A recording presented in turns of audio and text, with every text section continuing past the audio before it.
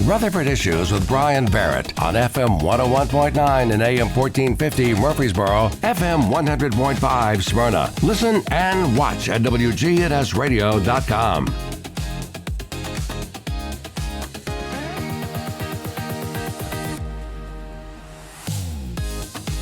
Well, Rutherford Issues on WGNS is made possible by, it's powered by Middle Tennessee Electric.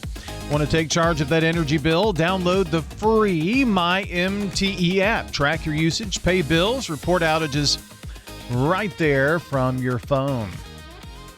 Well, our next guest is not from Middle Tennessee Electric, but the first thing we're going to talk about deals with not only them, but Middle Tennessee Electric. It's Nate Williams with Murfreesboro Parks and Recreation. I wonder what I'm talking about. Is there anything that MTE has done with you as a partner anytime recently as Parks and Rec? I tell you what, yeah, there is, and I'm still tired from it there, sir. We had our celebration under the stars, our city celebration under the stars for the 4th of July this past Saturday. It was a great day, and we've partnered with Middle Tennessee Electric as a sponsor. They've sponsored it for several years. So we say our fireworks were powered by Middle Tennessee Electric. So yeah. Great partner. Help us just be able to take that event to the next level, which, I think it was just another great year. I'm proud of our team. We worked hard to put it on, and just a full day of fun, great fireworks, but awesome entertainment, too. John Foster was in Murfreesboro. He's really kind of a rising star in the country world, and he did a tremendous job. I was honestly blown away with how good it was. I happened to be online and flipping through a couple of comments and some people commenting, there are always those. So I'm not to talk about that, but I did see, some of them were, the city's tax dollars, blah, blah, blah. And Councilman Sean Wright was quick to say, you know what, Middle Tennessee Electric powers the fireworks show and do a lot with that. So, you have to have community partners to do some of these things, and that's another one of those great examples of how, the government, our government sector, Parks and Rec, works with local businesses. Yeah, I mean, it's a great illustration of what it's allowed us to be able to do to take that event, to make it something where, thousands and thousands. Last year we ran the data on it through a tool that we have. And within just the proximity of the fireworks, you had, I think, 40,000 people just there around, So we've probably got 5,000 at the fountains, and then other businesses are doing things. And it's just a great day. And, like Councilman Wright's comments, we appreciate that, and we also appreciate our council, who is always, our mayor and council have always been very supportive of the Parks Department, the Parks and Recreation, the benefits of having that type of stuff in our community. And we're well supported, and we're happy to be able to provide the things that we do to the community. There are a lot of places that in the downtown area that you can see the fireworks. And Nate, I'll just admit, I think one of the best things that ever happened was moving it out to the area where you're doing it now. Just because it gets it more centrally located. You have better, in and out for people who actually come, for the thousands who are then hit the roads after it's over. Because I can remember it taking hours to get out on, north end of town around to Jarnett and stuff. So, yeah. We had everybody cleared out. So in our command post, we work with police hand in hand. And I say this too, Brian, our police department's amazing. People should feel fortunate with how secure that event was, the resources that they applied to make sure that it was an enjoyable and safe, time. But in our command post, we have, drones up and showing the traffic flow. And we had all streets moving normal in, I think, 46 minutes after the show ended. Which, to think about that with all the places that are releasing cars, not just from the fountains, it's very impressive. So, I say that the celebration of the stars is not just a parks event, it's a parks and police event for the amount of resources that they have committed and the time and everything that it takes to happen. It's just a good day for our community. Well, anytime you think about moving an event like that, and I think COVID was the reason why it moved to begin with, honestly, if I'm not mistaken. Yeah. And well, kind of hand in hand. And then, we partnered with you guys that one year to kind of do just the fireworks and a virtual thing, and that was fun. I know you guys really enjoyed doing all that production, right? Yeah, well, I mean, yeah, we had a good time doing it, and just playing a part in that, but moving an event like that to consider, and I know that there were maybe some thoughts with the America's 250 to do something different or whatnot, but why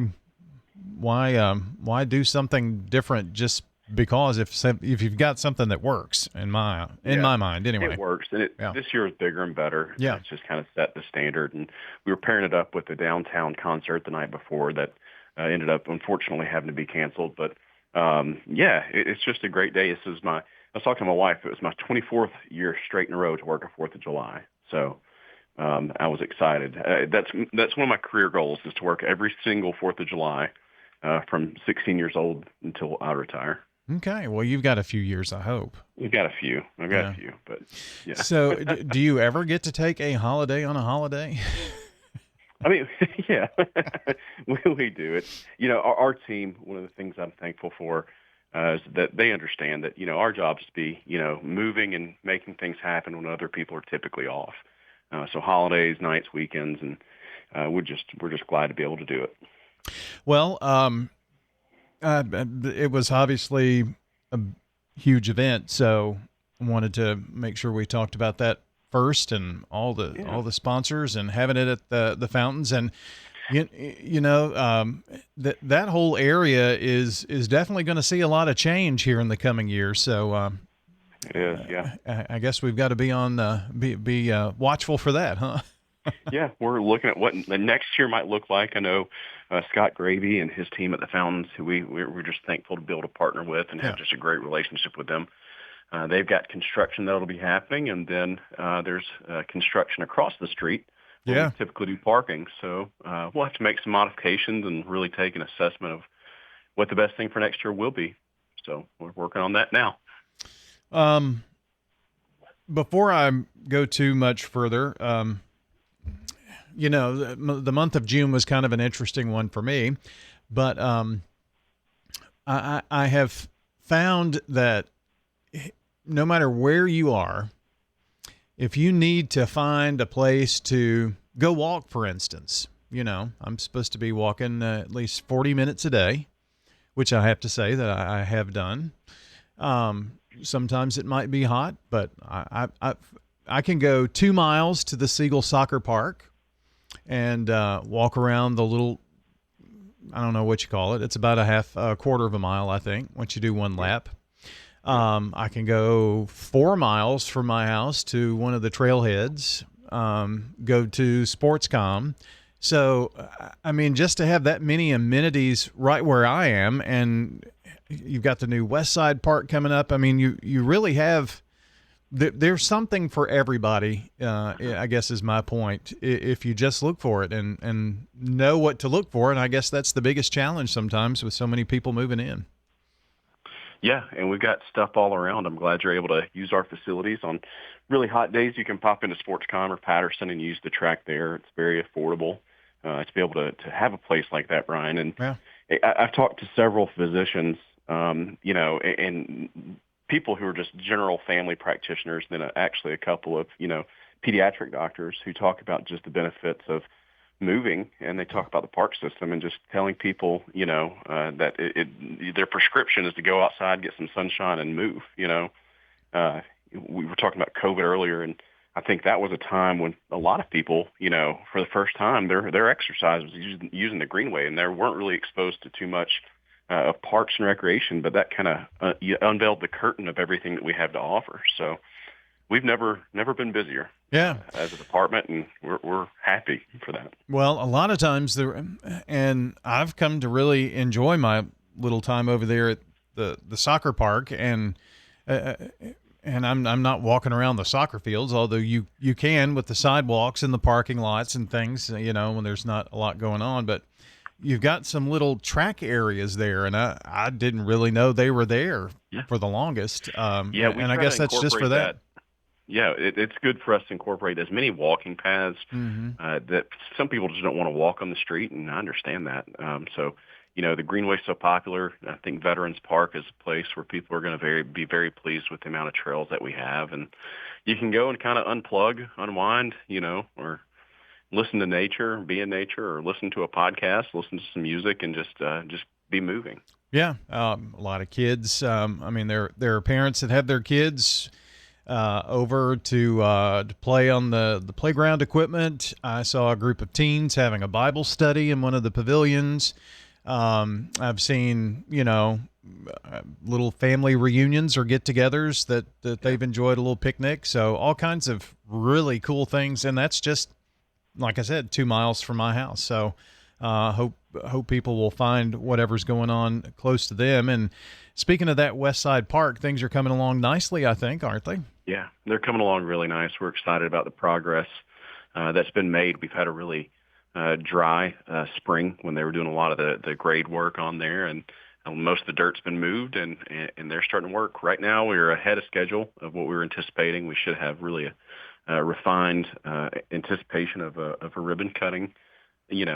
What month that'll happen, we'll have that forecasted pretty soon. Oh, okay. Well, nice. That'll be. Hey, I want to give you a heads up on something. I just thought about something, Brian. Okay. Next week, you might want to make plans just to be very busy at Siegel Park. We've got the U.S. Youth National Soccer Tournament coming into town. That's going to be many days, a whole week of play. I think over 500 teams coming from all over the country to stay in Murfreesboro. And the benefit that brings us, it's a lot of economic impact. That's a lot of, money spent in town. That type of stuff really contributes to the ability, like we've just entered our new fiscal year, a new budget year with no new tax increase and stuff like that is what really helps, that tax rate stay down and keep our community thriving.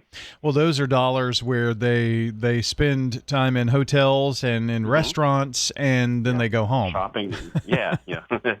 So we don't have to educate their children and that kind of thing, right? Right.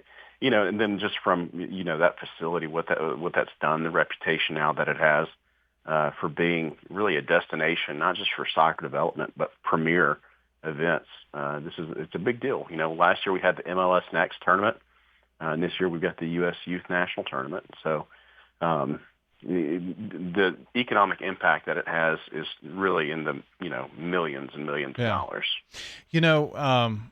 With the Jordan McCullough deal that had to move to the indoor over there, did we stumble upon maybe some type of extra usage for that facility maybe? Well, it's always been intended for the ability to do that. So that's not a surprise to us. But, I think looking at that facility, just the availability is not there right now for it. It stays so jam-packed with all the soccer and everything that happens. It's just not been on our radar yet, but we know what capability we do have. Well, maybe we need another one somewhere, who knows? We just need another American Idol finalist is what we need. That's true. That's You should try out for American Idol, I'm sure. I have. You could. Have you? No. Oh. They shut the door when I walked up, so.